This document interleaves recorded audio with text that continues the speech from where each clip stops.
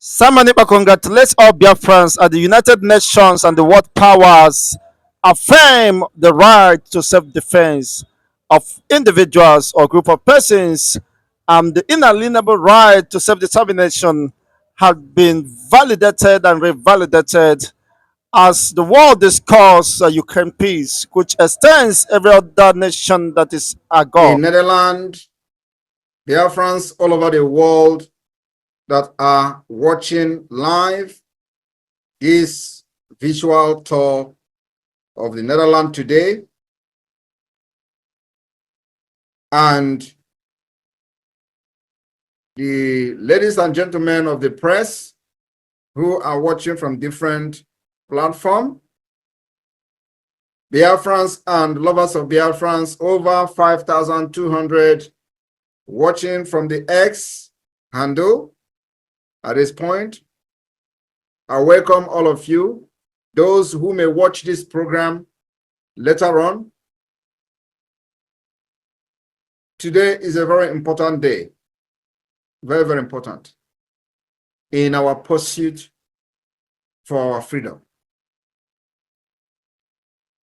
A very important summit took place,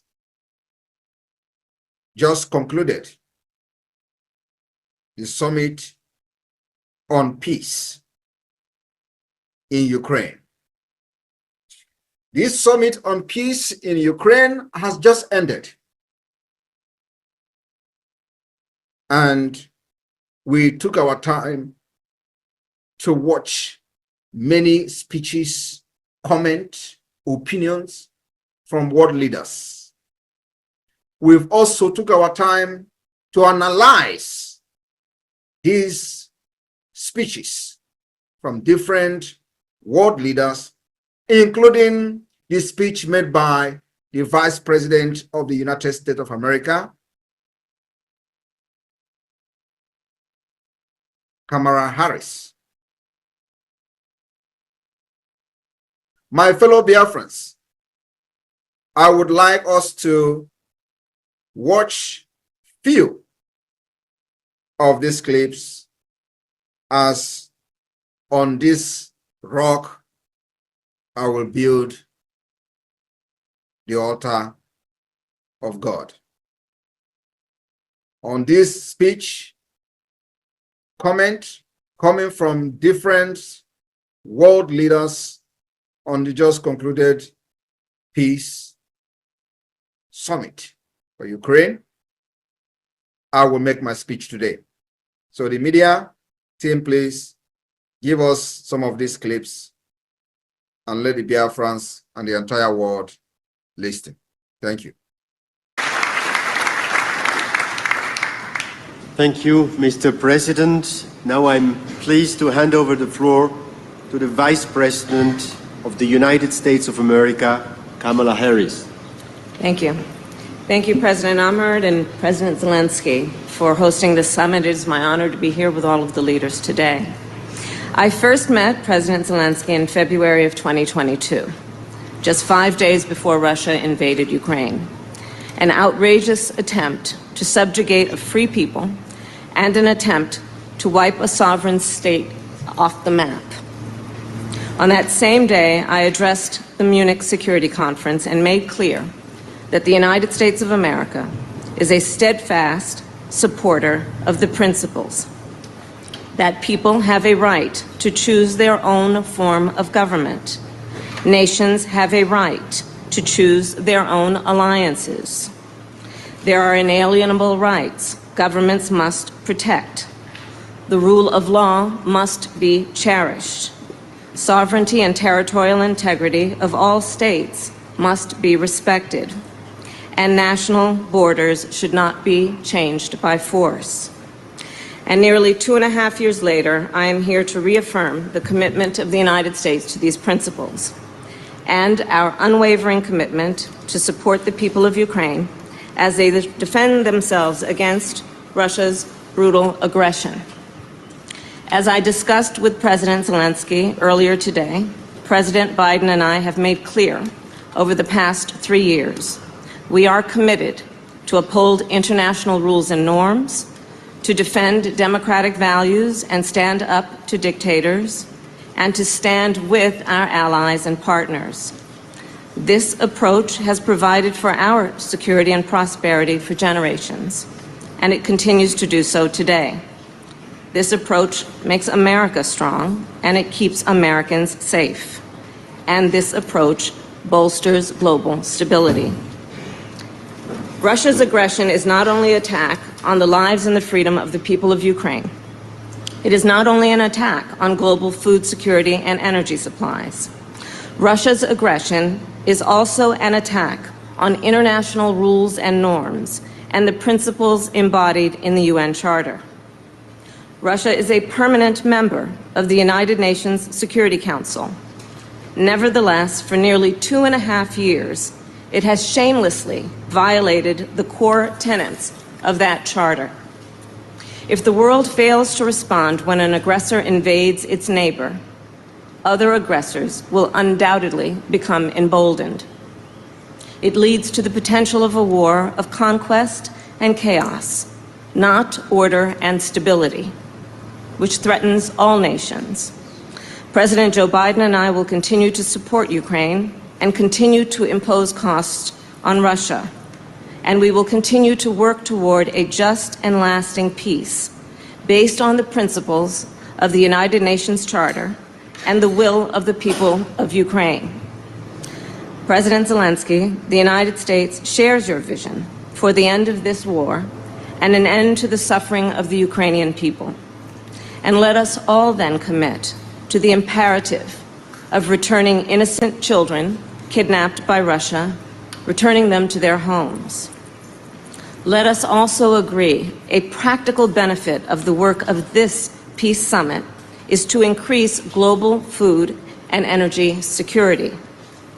And let nothing about the end of this war be decided without Ukraine. By contrast, however, yesterday, Putin put forward a proposal. But we must speak truth. He is not calling for negotiations, he is calling for surrender. America stands with Ukraine not out of charity, but because it is in our strategic interest. We stand with delegations from more than 90 nations who also have a strategic interest in a just peace in Ukraine. Among us, no doubt, exists a diverse range of views on many of the global challenges and opportunities we face. We don't always agree. However, regarding Putin's unprovoked, unjustified war against Ukraine, there is unity and solidarity in support of international norms and rules. For President Joe Biden and me, it is one of our defining missions to uphold the international rules-based order, to defend it, strengthen it, and promote it. And no doubt it must be a priority for us all. Thank you.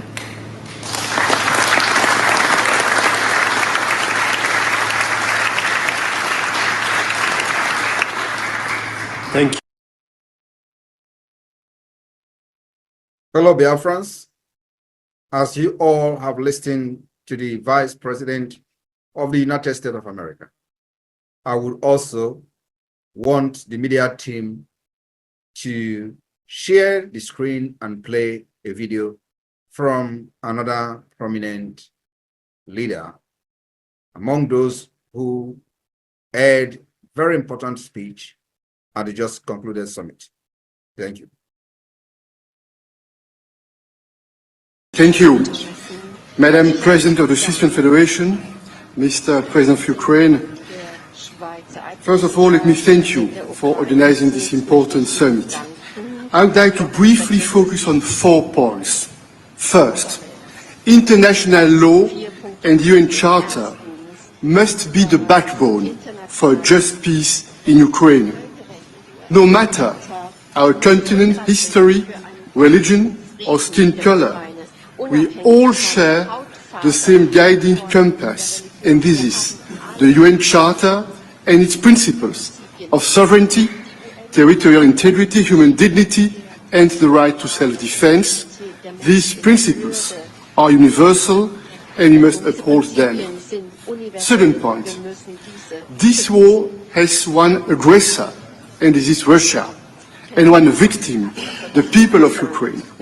And the people of Ukraine, they have the right to defend their children, their homes, and their communities. And it is our collective duty to protect a world based on laws that govern how countries should live together. This full-scale war is more than an attack on the security of Europe, on the idea of Europe. This is an attempt to drag us all back to a darker past, a world of nuclear confrontation, dramatic food insecurity with economic consequences. This war is an odious attempt to replace the force of law with the law of force, and we cannot give up. Russia's threats to use nuclear weapons are completely unacceptable and irresponsible. Russia's reckless actions are driving up the risk of a nuclear incident with consequences for the entire world, and that's why the EU strongly supports the work of the IAEA, Director General Grossi and staff on the ground. Third point, let's be absolutely clear. There is no room for double standards. International law must be protected always and everywhere without any ambiguity, in Ukraine, in the Middle East and everywhere in the world. This is our global responsibility. Lastly, a word about the future. Peace requires dialogue. Any future dialogue with Russia must be based on international law and the UN Charter, and it's up to Ukraine to decide when it may be possible. This war is a direct attack on the global rules-based order. We need a global response. We all have a choice to make. Don't we let the world slide backward, or do we stand strong and go forward towards international law, fundamental principles and the UN Charter? We made our choice. The future is up to us. You can count on the EU. Slava Ukraini.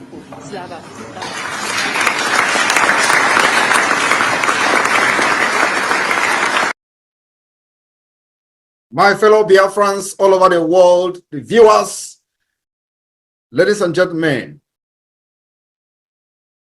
you have listened to what I say the most important speech in this summit.